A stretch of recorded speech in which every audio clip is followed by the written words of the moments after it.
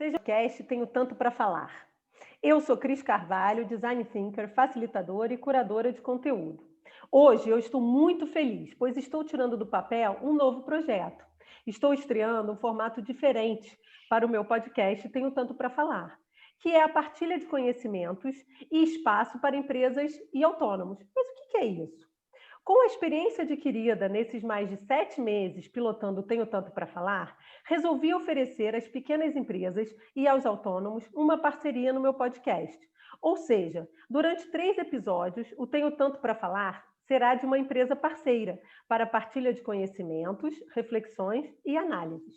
Nessa primeira série, o Tenho Tanto para Falar será da Made Design for Business, uma consultoria de marcas com foco em negócios, que atua no Brasil e em Portugal.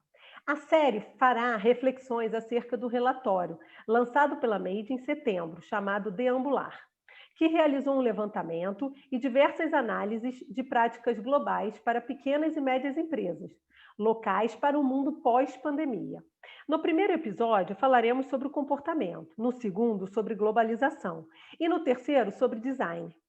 E no episódio sobre design, eu passo a minha posição de host para Michael Mello, sócio da Made, e vou para a cadeira de entrevistados.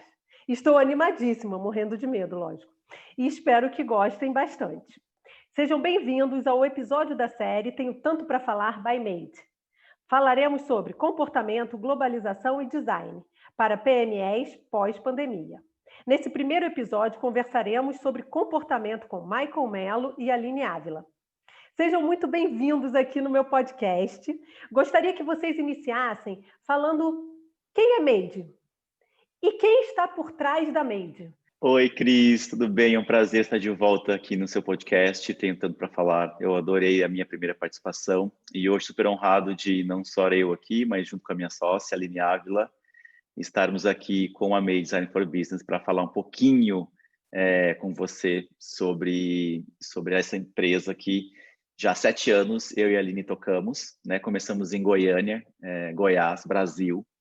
E, na verdade, a nossa empresa nasceu num projeto de finalização de curso do IED, no Instituto Europeu de Design, e a gente tinha a intenção de fazer um estúdio, um projeto de um escritório que fosse de design, que tivesse essa integração, né? No início nós nos denominávamos design integrado, né? Então meio design integrado, porque a gente entende a abordagem do design como uma grande ferramenta para construir. Com o tempo passando, a gente evoluiu e chegamos, então, nessa configuração atual, que é a Made Design for Business. A gente trabalha em criação e gestão de marcas. Eu e a Aline nos conhecemos, então, nessa pós. E a banca sempre nos disse assim, olha, vocês têm que botar essa empresa para frente, vocês têm que tirar essa empresa do papel. E a gente ficou muito empolgado e muito feliz com esse feedback.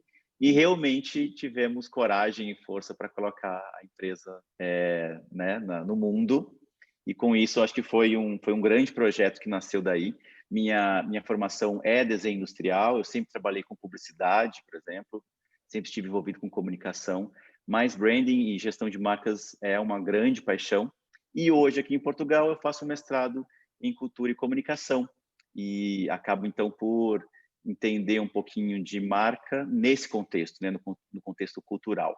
E esse que é um pouco, acho que, da minha parte da história da Made. Gente, é uma curiosidade, porque eu não sabia que vocês tinham estudado juntos. E não sabia que a Made tinha vindo por um projeto, né? Muito bacana, muito sim, legal. Há quase 10 anos, né, Michael? Um projeto, sim, né? Há quase 10 anos. É um casamento. Um projeto. Sim, sem dúvida, é um casamento. Sem dúvida. Oi, Cris, que prazer estar aqui. Adoro o trabalho de vocês, adoro o podcast. Eu ouvi o podcast com o Michael e adorei, achei muito legal. Eu acho que nesse momento que a gente está vivendo, qualquer tentativa bacana e feita com cuidado e com carinho de estabelecer pontes e fazer da comunicação uma ferramenta de crescimento, eu acho que é sempre muito bem-vinda. Então, parabéns não só pelo Tenho Tanto para Falar, mas pela iniciativa de estar disponibilizando isso para pequenas e médias empresas, pessoas, e de forma que elas possam também deslanchar nesse segmento. O que você falou que foi construir pontes, né? E eu acho que esse projeto de dar espaço nada mais é do que isso, né? Você construir pontes para as pessoas poderem compartilhar o seu conhecimento. Gostei dessa frase. Bom, pode usar. Eu acho que o Michael já falou com maestria sobre a Made, inclusive com essa anedota sobre o nosso início. Eram madrugadas até as 3 horas da manhã fazendo TCC. Verdade. Estamos aqui hoje. Então, minha formação inicial, eu sou jornalista de formação, né? Mas eu nunca efetivamente exerci a profissão, apesar de ter sido sempre muito curiosa. Eu acho que o jornalismo se sedimentou na minha vida a partir desse processo de tentar fazer as perguntas certas. E aí eu caminhei por algumas pós-graduações de arte, filosofia, cultura, até chegar na pós em design estratégico, que foi o que a gente fez junto, né? E que aí eu acho que foi o pontapé para pensar de forma a manifestação de comunicação, manifestação cultural, manifestação artística e de uma marca de forma um pouco mais estratégica. E, por fim, eu fiz um MBA na Rio Branco, em São Paulo, que foi o primeiro MBA de branding que existiu no Brasil. E aí eu fiz esse MBA, eu não fui a primeira turma, ele é o primeiro MBA. E que é uma referência legal, e aí eu fiz MBA em Branding, né? Que o MBA é New Branding Innovation, era com foco em gestão de marca especificamente, legal, né? E aí eu acho que os nossos caminhos se cruzaram e eles foram se estreitando desse esquema de gestão e estratégia, gestão de marca e essas coisas. Que eu acho que no fim a gente está falando de gente. E de comunicação. Exato. E de conexão. Eu ia falar exatamente essas 3 palavras. É uma forma de manter as instituições, os organismos vivos e se comunicando e pulsando e trocando informação e se mantendo sustentáveis assim, nesse mundo que a gente vive, né? E aí, falando um pouquinho do projeto Deambular, né? Você falou muito de conexão, né? De comunicação e de pessoas, né? Então, esse relatório, ele trata de várias vertentes dentro desse tripé que a gente está falando. Então, vou perguntar para a Aline, já que o Maicon falou primeiro, agora vai ser a Aline. Aline, me conta um pouquinho de onde que veio essa ideia do relatório. O que motivou a Made, né, você, o Maicon, a Julie, a desenvolverem esse relatório tão rico, tanto no Brasil quanto para a gente aqui em Portugal? É legal você ter citado a Julie, que trabalha com a gente lá no escritório. Esse relatório foi feito a 6 mãos, né? E as outras 2 que não estão aqui agora são da Julie, que mais tarde vão estar em um outro episódio, né? Vão estar aqui. Então, a gente por fazer a diferença, por tentar provocar alguma mudança, e a gente também tem uma característica de observação, assim, precisa para o nosso trabalho, né, Cris? A gente precisa saber observar para poder saber perguntar, para ir depois correr atrás das respostas, né? Acho que esse é mais ou menos um caminho que a gente trilha. E na época a gente viu muito material chegar, né? Então, no nosso banco de dados que a gente usou, por exemplo, como referência para a produção do material, uns 30 reports, assim, pelo menos. E aí outros iam chegando, né? E a gente via esses reports aparecendo em diferentes canais, e às vezes um via, depois o outro via.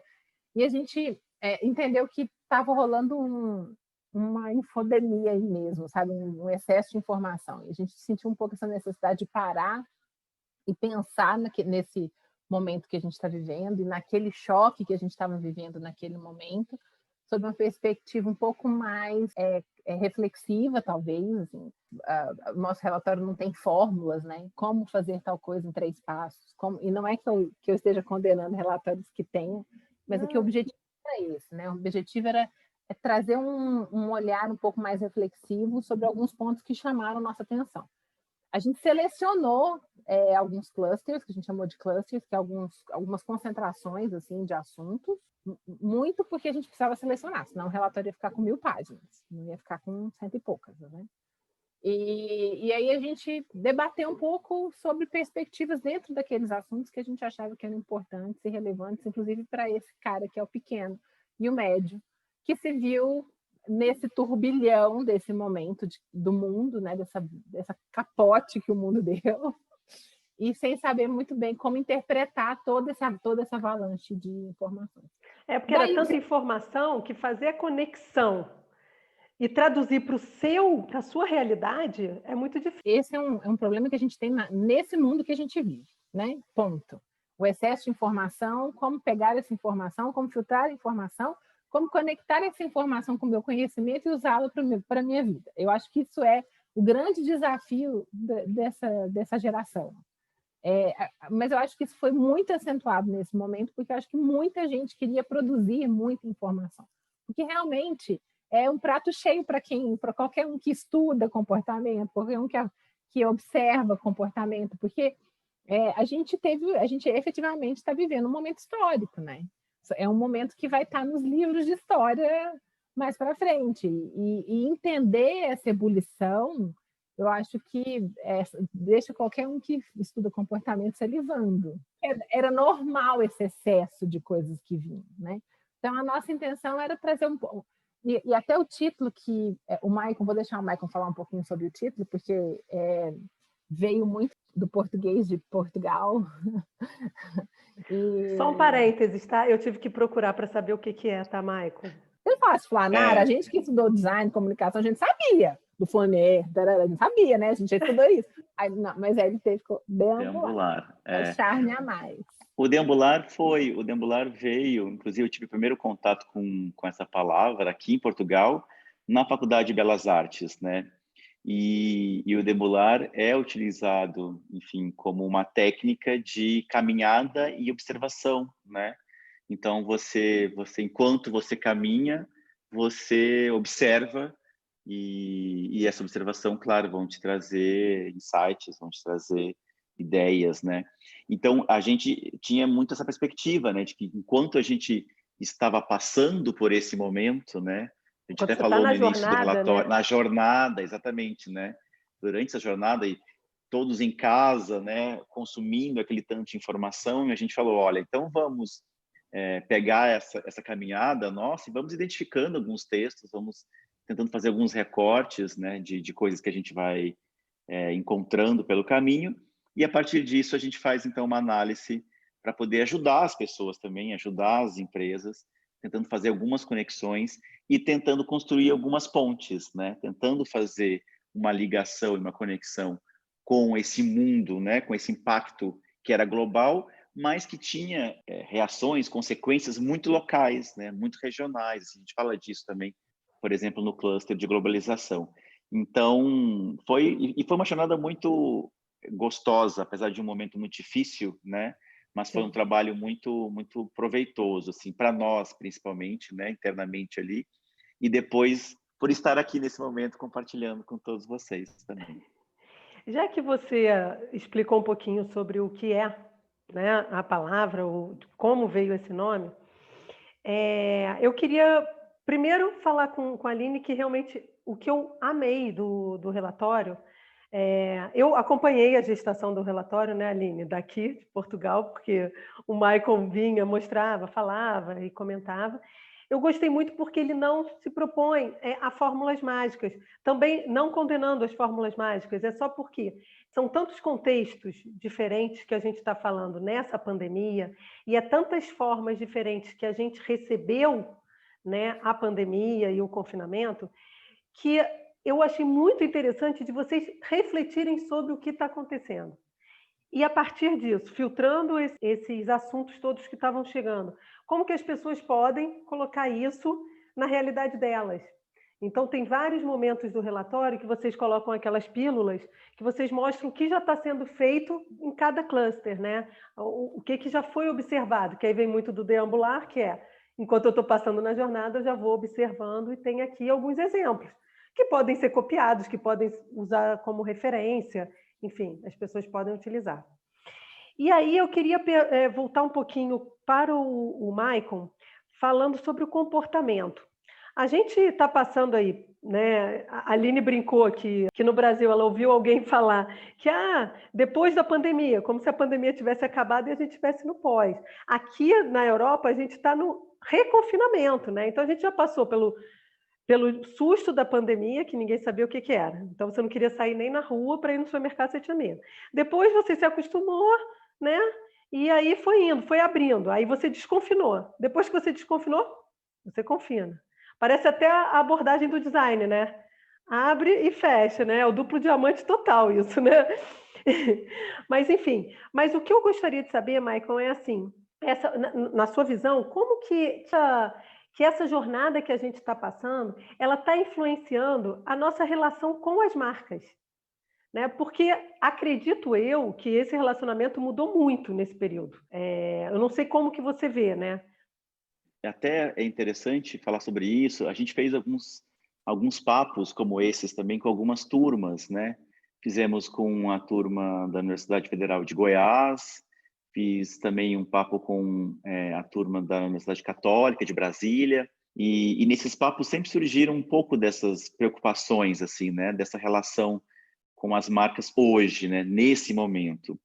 E eu acho que um dos pontos, dos vários pontos que eu acho que foram influenciados nesse momento, é a necessidade do posicionamento, né? A necessidade de as marcas se comunicarem e, principalmente, conseguirem se conectar ou conseguirem se comunicar de uma maneira mais adequada, mais coerente e mais consistente com o que já vinha sendo dito, né? Eu acho que um dos pontos que a gente identificou, olhando todo o conteúdo, né, que a gente levantou para poder fazer o relatório, é que muitos comportamentos, né, foram acelerados, né? Então, a gente já tinha algumas coisas acontecendo em termos de comportamento sociocultural, assim, e a pandemia veio e trouxe isso, né? Assim, trouxe a necessidade de que isso fosse colocado logo em prática, que fosse colocado logo no mundo. Aqui em Portugal, por exemplo, a gente viu um boom do comércio digital, né? Do comércio online, e era um segmento que ainda estava um pouco lento, né, em relação a outros países. A gente que compara muito Brasil e Portugal, ainda tinha muitos déficits, né? E a gente viu que foi muito acelerado aqui, né, o incremento do comércio online. Então, assim, eu acho que, de uma forma geral, os comportamentos foram puxados para agora, né? Algumas questões que vinham sendo discutidas foram colocadas agora na mesa. E o grande ponto em relação a essa conexão com as marcas as marcas precisaram, às vezes, falar de alguns assuntos que elas não estavam querendo falar ou que estavam fugindo, né? E aí a gente discutiu muito isso na turma com a turma do pessoal da UFG. Foi assim, tanto as grandes marcas, quanto as pequenas, né? Porque as pequenas marcas têm uma relação também, né, muito próxima, muito mais próxima, inclusive, né? Então você compra ali da padaria da esquina, né? Você compra ali no mercadinho, você conhece o dono, você conhece a história dele. Então, assim, isso traz ainda mais uma carga de responsabilidade, né? Uma responsabilidade social, uma responsabilidade no discurso. Então, isso eu acho que foi um ponto muito importante. E a gente, né, como bons gestores de marca, sempre falamos que, mesmo em momentos de crise, ou principalmente em momentos de crise, é importante você ter essas bases bem construídas, bem definidas, né?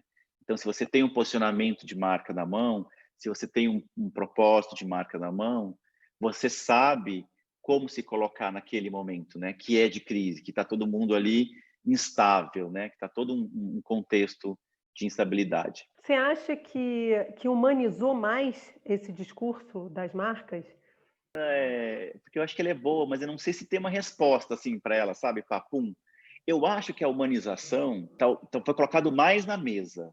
Eu acho que talvez a Aline falou muito bem disso no cluster de comportamento, foi um exemplo que ela trouxe para o texto. Líderes, né, da sociedade, né, que atuam, que se comportam como marcas, né? Então, assim, pessoas, né, representantes da sociedade de uma forma geral, lidando com marcas. Eu acho que essa questão humana, ela está muito na mesa, né? E a gente está vendo todo essa reverberação política que há no mundo, inclusive, né? Sobre essas questões. E eu acho que as marcas não conseguem fugir disso, né? Muito por conta de elas estarem muito dentro da cultura, elas têm que se posicionar. Então, acho que cada vez mais, sim, e eu já ouvi isso há muito tempo, né? Essa coisa do uma marca que tem gente, uma marca formada por gente, né? Essa coisa de gente, humano, humano, mas até onde isso é real, né? Até onde isso é efetivamente feito. Então, eu li em algum lugar aí, dessas tantas coisas que a gente vai lendo, né? Falando que talvez venha uma fase pós-propósito, onde não só eu tenho um propósito muito bem definido e declarado, mas eu tenho uma postura que fala sobre, né? Porque é isso, né? Muita gente, a gente traz o case, por exemplo, da Madeiro, né? No relatório, onde eles tinham um posicionamento que foi completamente destruído, né? Na verdade, no momento de pandemia, né? Então, assim, a hora da verdade chegou. E aí, exatamente, a instabilidade ou a incoerência num discurso ali que foi o ponto, né? Eu acho que quebrou aquilo que você fala tanto, né, Maicon, da falta de coerência, né? Que é o que a marca comunica e o que ela realmente faz, Sim. né? O Maicon completou com maestria, que ele falou muito bem essa história da humanização, e que, para mim, essas coisas todas parecem grandes chover no molhado, assim, sabe? Assim, como que a gente pode falar de pós? Eu entendo, obviamente, até o Maicon passou o texto, eu li o texto, mas eu acho que a gente fica, a gente vai protelando algumas coisas que são fundamentais, porque isso exige mudança de comportamento e mudança de postura, né?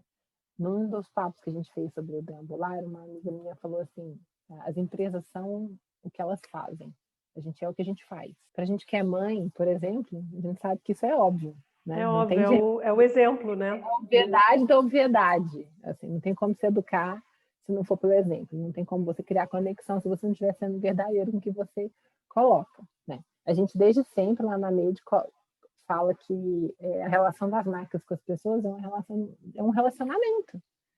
É um relacionamento. Então, se você for fazer paralelos ao comportamento humano, como que você pressupõe que você tem um relacionamento sustentável, sólido, saudável, se ele for baseado em premissas falsas, né? Então, o que aconteceu, e aí acho que o Michael já falou isso bem, que assim, eu acho que as pessoas foram obrigadas a enfrentar a própria verdade, as próprias verdades, assim, porque as coisas ficaram muito claras e muito óbvias, né? Eu acho que esse excesso de informação, todo mundo muito conectado, muito hiperconectado, né? Todo mundo dentro de casa. Eu estava falando de umas conversas que eu tive que, nas primeiras semanas, meu uso de celular aumentou 40% semanal. Né? Aqueles relatórios semanais que a gente recebe pelo iPhone, né? Então, assim, eu acho que porque a gente não tinha mais nenhuma válvula de escape, né? A única válvula de escape é esse mundo aqui, né? Porque a gente estava enfiado no nosso mundo, né? E eu acho que aí as informações mais expostas, né? A coisa não passava, nada mais passava despercebido. E aí quando você vê grandes empresas que se falam uma coisa e se comportam de outra forma, é a hora que você é obrigado a enfrentar a sua verdade e entender quem realmente você é nesse mundo, né? E aí eu acho ótimo, porque a gente fala para o cliente, não vale prometer o que não consegue entregar. Não pode falar que é uma coisa, fazer outra. E aí a gente viu N exemplos de empresas que cometeram essa gafe. Um exemplo há muito pouco tempo, né? Do Madeiro? Não só do Madeiro, do Nubank, né? Nubank, sim, a gente tem, assim, Cris, quando você falou um exemplo há pouco tempo, eu pensei, qual deles? Qual deles? Mas também deles? a gente viu a parte boa, né? Por exemplo, a Magazine Luiza dando show. Sim, deu né? show. Então, assim... E provando que quem lacra, lucra, né? Assim, diretamente ligado a resultado, inclusive. Proporcional. Né? Que é uma coisa que a gente fala Exatamente. muito também, né? Essa coisa de coerência e consistência que a gente fala tanto, e o próprio propósito para as marcas, né? Isso reflete-se diretamente, né? Nos números, assim. Então, não tem como desassociar. Agora, precisa de uma ótima gestão, precisa ser verdadeiro, né? Precisa ser Não é um verdadeiro. fairy tale, né? Não é uma história assim de carochinha. Não pode ser. Pode até ser que queiram que seja, né? Mas aí a história é que o fairy tale não se segura, né? E aí esse que é o grande problema. Quando a gente vai fazer estratégia de marca, que a gente vai escrever propósito a partir de todo o mapeamento que foi feito da cultura da empresa, a gente tem muito cuidado com o que a gente escreve. Assim. E às vezes as empresas poderiam ter potencial para poder até fazer muito, mas a gente sabe que naquele momento elas não conseguem fazer tanto. Então a gente tem que ter cuidado assim com o que a gente coloca no mundo, né? Entende? Mesmo que a gente não, porque mais para frente num outro cluster tem um texto da Eris Tybalt que é uma autora que eu gosto muito, que fala de posicionamento, e ela fala: propósito não tem que ser declarado. Quando você declara o seu propósito, você está estabelecendo um compromisso. E aí, às vezes, você não está preparado para assumir aquele compromisso em público. Às vezes ele funciona internamente, mas externamente ele ainda precisa de um trabalho para que você o exponha, né? Então, acho que, mas de qualquer forma, uma empresa ela não existe só da porta para fora. Ela também existe da porta para dentro. E é difícil, Cris, e eu não estou falando que isso é fácil, assim, porque eu acho que é difícil você entender todos esses pontos, conectar todos esses pontos, fazer todos esses pontos acontecerem. Eu acho que é uma luta diária, assim, é uma dificuldade diária. É uma luta diária e, assim, você tem que dar um resultado, né? É aquilo que a gente falou. No final, a gente tem que dar um resultado. Eu fiz até um podcast sobre marca empregadora que fala exatamente isso, que a marca é tudo, né? Aí é toda uma linha, né? Começa dentro, começa ou termina dentro e começa ou termina fora, enfim. É uma coisa que vai funcionando junto. Já que a gente está falando de comportamento, o que vocês identificaram, assim, quais as principais mudanças ou tendências, né, de comportamento? Porque a gente está falando de relacionamento com a marca, né? O nosso comportamento enquanto pessoas, né, enquanto usuários, enquanto consumidores. O que mais mudou e o que vocês veem de principal tendência de comportamento? Até para as marcas poderem parar para pensar assim, pô, eu tenho que repensar meu negócio porque o meu consumidor já não quer isso, né? Eu realmente não acredito que a gente vai ter grandes rupturas óbvias. Assim, eu acho que a gente teve um aceleramento de comportamentos, como o Michael disse, né?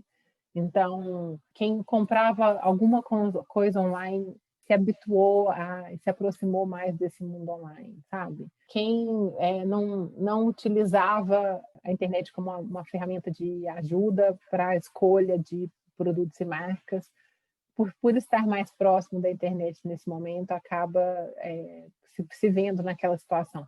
Tem até no texto, no relatório, um texto sobre low touch economy, né? Eu vi um cara que mora na Ásia falando da low touch economy e falando sobre como isso já é uma realidade na Ásia e por causa do perfil cultural deles e como isso estava jogado à 15ª potência, assim, né? Então, que realmente as pessoas estão desaparecendo ali desse cenário. Mas eu acho que a gente, trazendo para a nossa realidade, e aí por isso que eu acho que é legal essa história do trazer para a realidade, a gente tem uma cultura latina, né? E uma cultura em que a gente precisa de gente.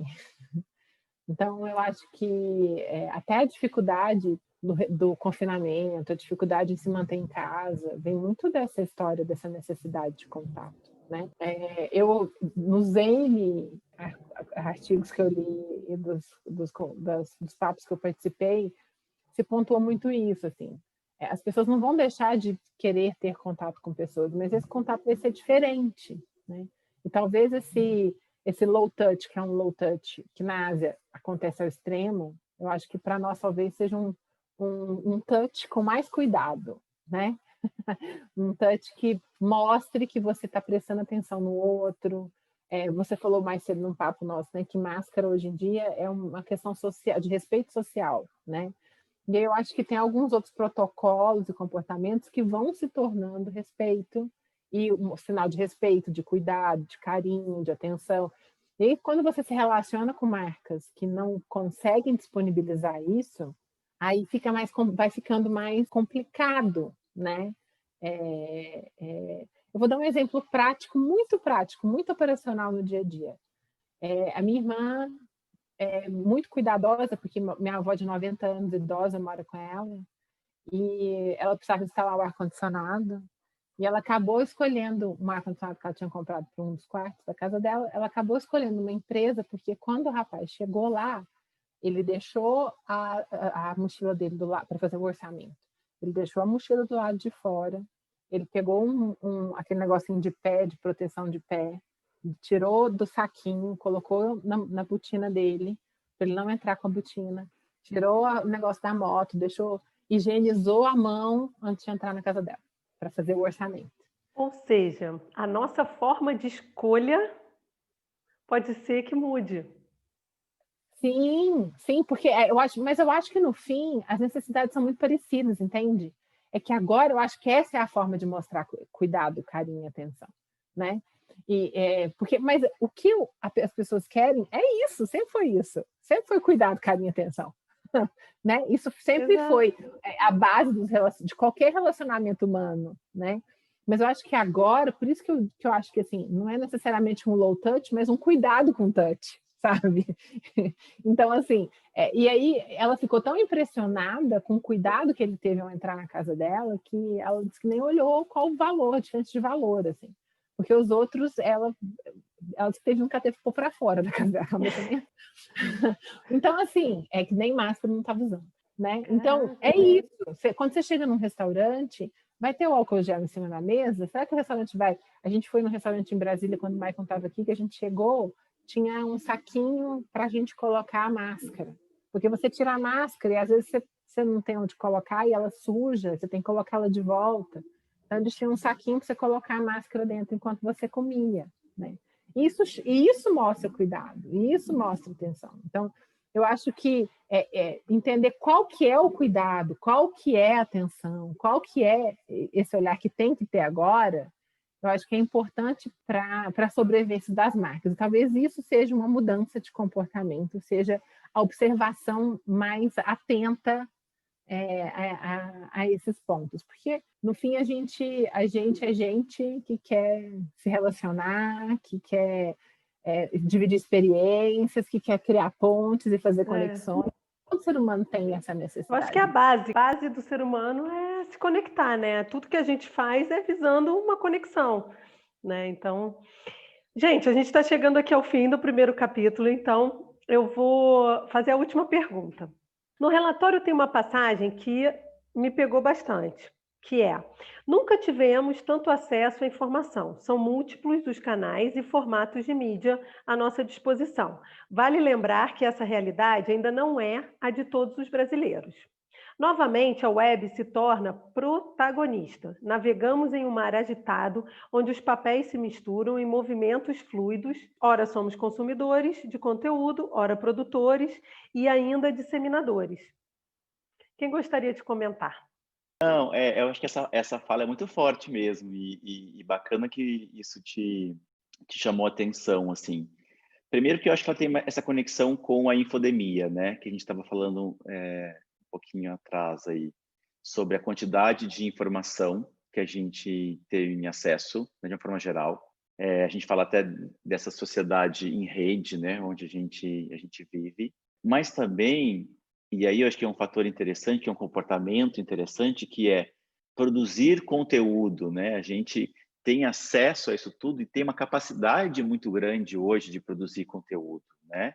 Então, a gente tem uma facilidade de gravar um vídeo, a gente tem a facilidade de disseminar um texto, né? Divulgar um texto, a gente tem dificuldade de gravar um podcast, né? Verdade. Então, isso tudo começa a nascer, né, da nossa vontade de fazer, né? E eu acho que também é um traço muito forte do nosso comportamento como seres humanos, assim, né? De fazer as coisas, de fazer alguma coisa, mas num contexto onde tudo isso é muito complexo, né? É muito complexo.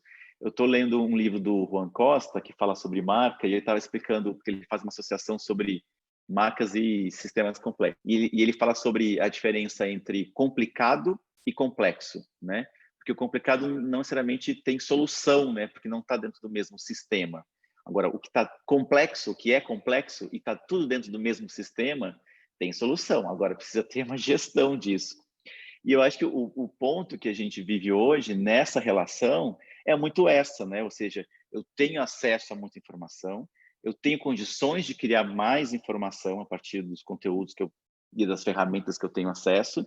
Agora, como isso tudo se coloca, né? Como isso tudo se arranja? Eu acho que esse arranjo é que é difícil, né? E que é difícil, inclusive, para as marcas, né? Tentando voltar para esse contexto de gestão de marca, porque imagina, a gente saiu de um período de comunicação de marca onde era a publicidade o principal meio, né? E a publicidade sempre foi uma maneira de interromper algum tipo de entretenimento, algum tipo de programa, de programação que estava sendo feita, para ali então colocar o seu discurso, né? Seu discurso de marca. Mas não tinha oportunidade para um diálogo, né? Hoje, isso mudou completamente, né? Ou seja, as marcas também são produtoras de conteúdo, né?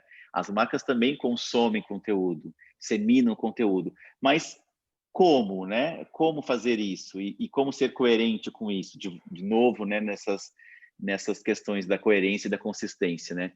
Então, acho que isso tem influenciado muito. Acho que eu não consigo fazer grandes projeções, e isso é uma coisa até bem interessante, assim. Não sei se a Aline não é muito de projeções também, né? Não, e a gente está numa época que projeções. Não dá para fazer Peraí, a definitivamente, né, projeção Cris? é complexa ou é complicada? Complicada. Boa, boa. Eu acho que é complexo fazer essa projeção, né? Agora, eu acho que é interessante, foi muito que o Deambular tentou desenvolver, foi trazer essas reflexões, né? E aí eu acho que assim, a gente não está ali tentando, amarrando com a sua outra pergunta, né? Tentando dar respostas para esse contexto. A gente está trazendo uma análise desse contexto. Falar, olha, isso existe, né? Trazendo autores, trazendo artigos, trazendo matérias de revista, enfim, fazendo um compilado de informações para falar, olha, diante de um contexto assim, como é que a gente pode se comportar, né? Como a gente pode agir? E eu acho que é a reflexão que fica, e a reflexão acho que já é um grande passo, né? A gente ter consciência sobre esse contexto, e a gente falou muito disso também, assim, que é um processo de conscientização, né? Ou seja, eu tenho uma marca mais consciente do contexto onde eu estou inserida, né? A gente fala, por exemplo, na Made sobre propor ferramentas para deixar as marcas mais competitivas e alinhadas com o espírito do tempo, né? Ou seja, eu não posso estar alheio, né? Eu não posso estar fora disso, eu tenho que estar em linha, né? Eu tenho que estar alinhado com esse contexto, porque senão eu não consigo interagir com ele. E eu acho que essa parte que você separou mostra exatamente a complexidade desse contexto, né? De um sistema com muitas informações, com muitos agentes, com muitas interferências, onde a gente, como consumidor, como usuário, como pessoas, precisa entender, e as marcas mais ainda se elas quiserem se conectar com essas pessoas. Nossa, perfeito. Gente, a gente já está chegando ao fim desse Ah, primeiro episódio. Foi muito bom, eu adorei. Mas Eu assim, adorei, obrigada, Cris. gostou? Que bom, que bom. O que eu queria? Eu queria que vocês falassem como é que as pessoas podem contatar vocês, como que pode contatar a Made, onde que as pessoas conseguem encontrar a Made, e o deambular, né? Como que isso fica disponível para todo mundo? certo. Olha, os nossos canais de comunicação são principalmente o Instagram. Então, no Instagram, @madedesign4business, as pessoas podem encontrar lá muito mais do que a gente pensa, do que efetivamente do que a gente faz, porque é uma plataforma onde a gente coloca muito conteúdo e a gente tenta fazer esse tipo de reflexão, né, trazer alguns pontos para discussão e para interação. A gente tem um projeto que chama Vamos Conversar, então por lá a gente gosta de praticar essa comunicação que é dialógica também, né, que conversa com as pessoas. O Deambular está disponível no nosso perfil do Medium, que também é @madedesign4business, então entrem lá. Lá tem uma série de informações sobre a Made, como a gente trabalha, de alguns trabalhos que a gente já desenvolveu, e o Deambular está lá, é só deixar um cadastro rapidinho lá e você recebe diretamente isso no e-mail. E eu queria também falar do LinkedIn e queria falar do Behance, que são plataformas que as pessoas podem nos encontrar também. e que vão ver um pouquinho mais do nosso trabalho, porque no Behance, por exemplo, a gente tem o nosso trabalho gráfico, né? Ou seja, as logos que a gente desenvolve, os materiais de comunicação de identidade visual, que é uma parte interessante, né? Que tangibiliza muito do nosso trabalho estratégico e que a gente espera enche os olhos das pessoas e que elas gostem de ver. Mas é isso.